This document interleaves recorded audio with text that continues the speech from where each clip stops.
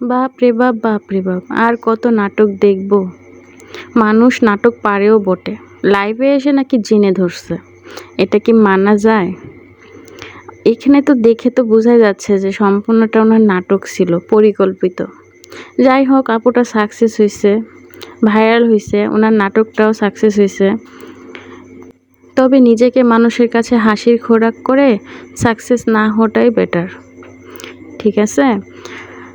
আর এই যে দেখেন, দুপুরে রান্না শুরু করে দিছি। আজকে একটু স্পেশাল কিছু রান্না করব। সেই স্পেশাল জিনিসটা হচ্ছে লাউ দিয়ে মুরগির মাংস রান্না করব।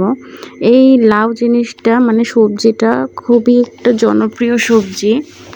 এটা খেতে অনেকেই পছন্দ করে এবং অনেকেই পছন্দ করে না, তবে আমার কাছে ভালো লাগে। মুরগির মাংস দিয়ে লাউ রান্না করলে খুবই ভালো লাগে। আজকে তাই একটু ট্রাই করলাম। এই যে আমি সব কিছু হয়ে গেছে, আমার অলরেডি মাংসটা কষানো হয়ে গেছে।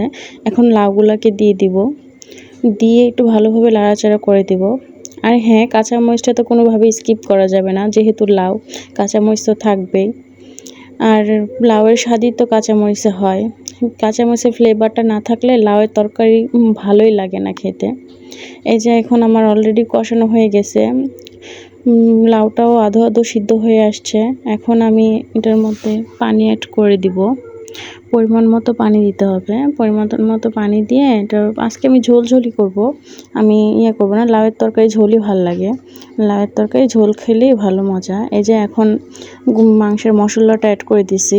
আসলে এই মশলাটা দিলে স্বাদটা আরোই বেশি বেড়ে যায়। আর হ্যাঁ, আমি একটা জিনিস স্কিপ করছি, মানে দিতে মনে নাই, কি বলবা আপুরা।